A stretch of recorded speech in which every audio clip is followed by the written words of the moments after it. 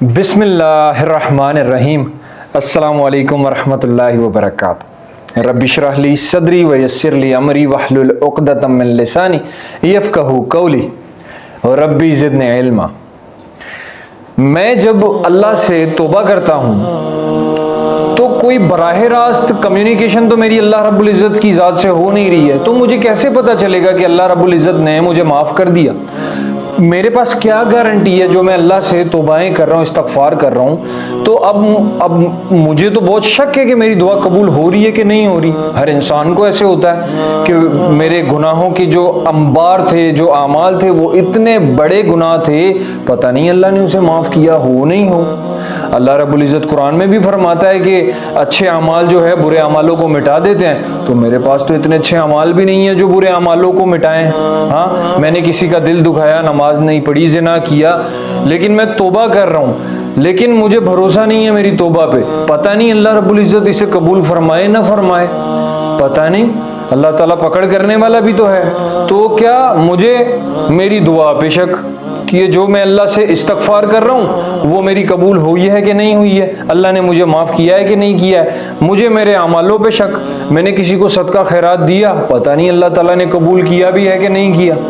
مجھے میری عبادتوں پہ شک، جو میں نے حج کیا، محنتیں کی، مشقتیں کی، جو میں نے روزوں میں، ماہ سیام میں روزے رکھے، راتیں جاگیں، مجھے ان پہ بھی شک، پتہ نہیں میری عبادتیں قبول ہوئی ہیں کہ نہیں ہوئی ہیں۔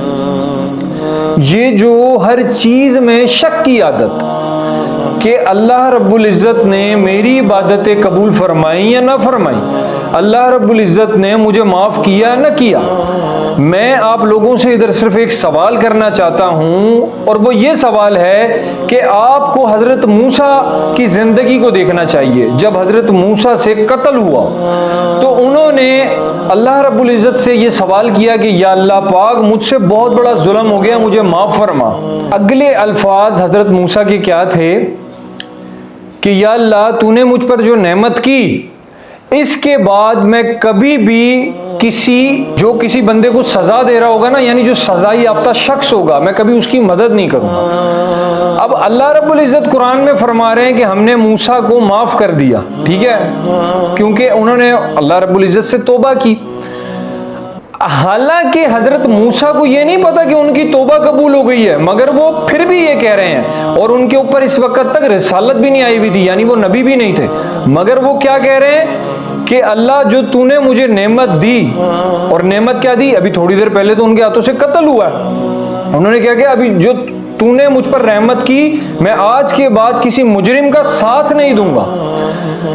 تو اس سے اب دیکھیں، اس سے ہمیں سبق کیا ملتا ہے؟ سبق یہ ملتا ہے کہ ہم لوگ اللہ رب العزت کی ذات سے مایوس کبھی نہ ہو۔ اگر اللہ رب العزت کی ذات قرآن میں فرما رہا ہے نا کہ میں تمہیں معاف کر دوں گا، تم اپنے گناہوں کی توبہ کرو، تو اس کا مطلب یہ ہے کہ اس میں پھر ہمیں مایوسی نہیں رکھنی ہے اپنے دل میں کہ اللہ میں معاف کرے گا کہ نہیں کرے گا۔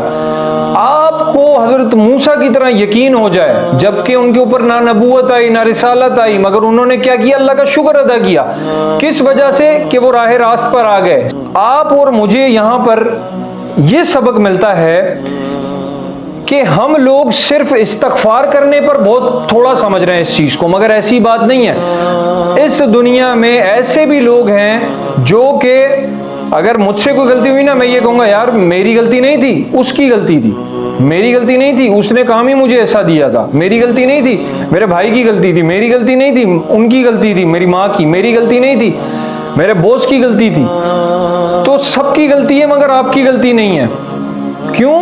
کیونکہ اللہ نے آپ کو استغفار کرنے تک پہنچایا ہی نہیں ہے نا۔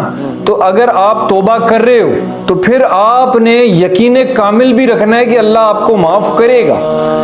اللہ رب العزت کی ذات قرآن حکیم میں فرماتا ہے کہ میں نے انسان کو ایسی نظر دی ہے، یعنی اس کی نظر اس کے اپنے اوپر پوری ہے۔ جو ایک انسان اپنے آپ کو دیکھ سکتا ہے نا، وہ کوئی دوسرا انسان کبھی نہیں دیکھ سکتا۔ آپ کے اپنے قریبی رشتہ دار اس نظر سے نہیں دیکھ سکتے جس نظر سے آپ اپنے آپ کو دیکھ سکتے ہیں، کیونکہ آپ کو یہ پتہ ہے کہ آپ نے منٹ میں، سیکنڈ میں، گھنٹوں میں کتنے گناہ کیے ہیں۔ آپ کی ماں، آپ کا باپ، آپ کے بھائی، آپ کے رشتہ دار، آپ کے عزیز و اقارب بھی آپ کو اس نظر سے نہیں دیکھ سکتے جس نظر سے آپ اپنے آپ کو دیکھ سکتے ہیں۔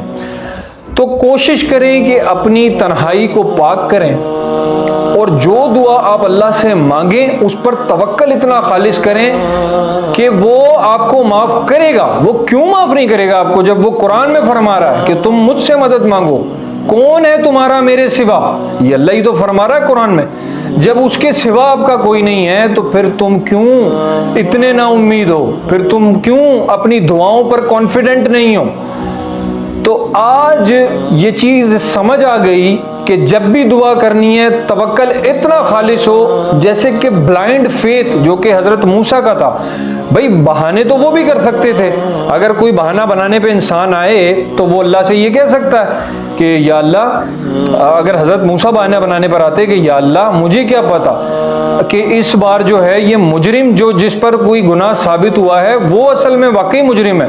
ہمیشہ سے تو ایسا ہوتا ہے نا کہ کسی کو بھی پھانسی دے دیتے تھے یہ لوگ، کسی کو بھی مار دیتے، کسی کو بھی کوڑے مار دیتے تھے، لیکن کیونکہ وہ جو مجرم تھا اصل میں وہی اصل ملزم تھا۔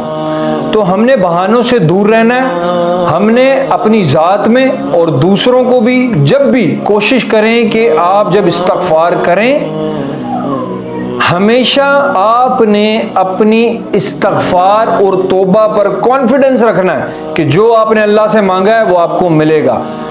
دعا قبول نہ ہونے کی بھی 3 وجوہات ہیں۔ ایک یہ کہ یا تو آپ کی دعا فوراً ہی قبول ہو جاتی ہے یا کچھ عرصے بعد، دوسری یہ کہ اگر آپ کی دعا دنیا میں قبول نہیں ہوتی تو اللہ رب العزت کی ذات آخرت کے لیے بھلائی رکھتا ہے آپ کے لیے۔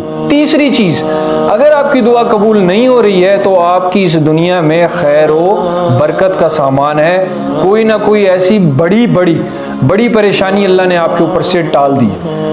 تو میرے پیارے بھائیوں، عزیزوں، اقاربوں، جو بھی دعا مانگو اللہ پر توکل، خالق پر توکل آپ کا اتنا اسٹرانگ ہونا چاہیے کہ کوئی تنکا برابر بھی آپ کا جو ایمان ہے نا وہ کمزور نہ ہو۔ وآخر الدعوانا ان الحمدللہ رب العالمین۔